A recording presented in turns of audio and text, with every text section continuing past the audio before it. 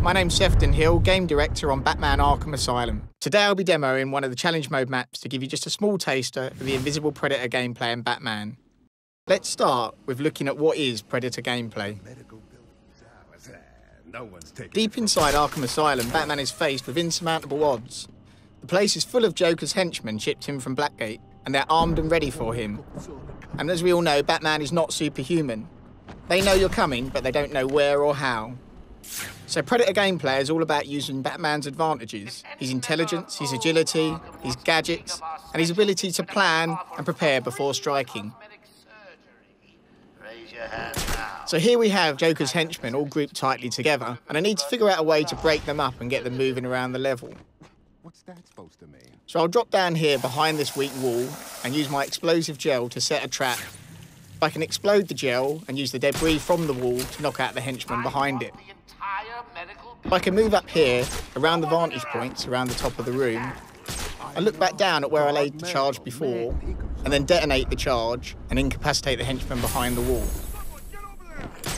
What you can see immediately happen is the thugs dynamically react to this. So the first thug that gets to the down body calls over his buddies, and they set up a perimeter. Come on, wake up! Damn it, he's up cold! What we're going to see here is an example of the dynamic gameplay. They're going to start searching for me around the room. They don't know where I am, but I could be anywhere. There are no set patrol paths for the thugs, and every time you play the game it's different. So even me demoing the game for you, I have no idea what's going to happen. Is anyone feeling a little stressed down there? Your heart racing? Well, get a grip and stop that. I'm using detective mode to hunt down isolated henchmen. And one good strategic tip here is that it's much easier for the henchmen to jump down than it is for them to climb up. So if you see this henchman on the upper walkway here, he's managed to lose himself from the other guys, and I can pick him off without any of the other henchmen being able to get to me quick enough before I can make my escape. So I'm just checking out where the other henchmen are to make sure there's room enough for me to take him down, and I'll use the batarang here to knock him down. I'm going to go for a headshot because a headshot's going to stun him for longer. But after I've hit him, I still need to go down there and finish the job off to incapacitate him. So I'll glide down, drop on him, and perform a ground takedown. And then quickly grapple up to a gargoyle to make my escape. Now I've managed to take this guy down without attracting any attention. But Joker's fitted all of his thugs with these suicide collars. Joker's using these to identify when I knock out any of his thugs so he can direct the other thugs to them. So you can see the other thugs have been attracted up to the body, and there's one calling out for the other thugs to establish a perimeter around it.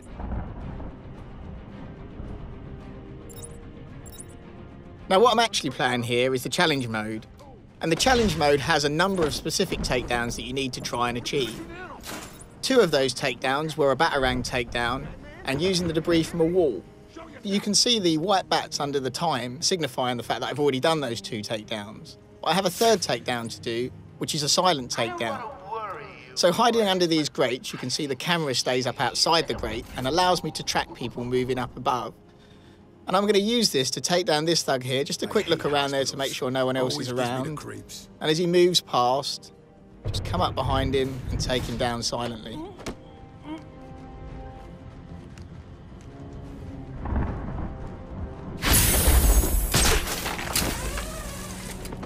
So up till now, you've seen I've been quite patient with the different takedowns I've used, but you can be more aggressive, that's totally your choice. Let's try a more aggressive takedown here. There's a few less of them around, so I can be a little bit more confident in the different tactics I'll use. So I'll try a glide takedown here on this guy, who's responding to the ground takedown that I've done there. So he's on his way there. You can see the bat icon above his head. It signifies he's in range for the glide kick. I'll just check no one else is around, and then I can drop down, knock him to the ground. That'll only stun him for a while, so I need to move up and finish him off. And then again, grapple back, up and out, because that's a very noisy takedown, the glide kick. It's going to attract people very quickly to it. So it is a dangerous tactic to use, but it's also a very effective tactic to use. So now we're down to just a couple of henchmen left. And when they realise that, you'll see their behaviour starts to change as well as they become more and more terrified. So again, Joker's ordering his henchmen around. But you'll see that they start to become more and more nervous to follow his orders. The henchman there's gone up, but the second henchman isn't so keen to follow behind him. And this, again, is not something that's always predictable, but the way their behaviour changes as you play through means you constantly have to adapt your tactics. What are you doing? I need help! You're on your own, man. Rules have changed. So as they get more and more terrified, the thugs lose their discipline. This does make them harder to track down because they move back and forward. But let's see what happens when I drop right in on them here. I can still use all the combat tactics from the main game and finish him off with a nice combo takedown. And again, the noise from this is going to attract another thug. But even on the ground level, Batman can use cover. So using this corner cover here, I can batarang the thug, he doesn't even know I'm there, and then go round and finish him off. So I hope you enjoyed this brief look at just a few of the Invisible Predator features in Batman Arkham Asylum. What? Oh, bats. I really am going to have to hunt you down and kill you one of these days.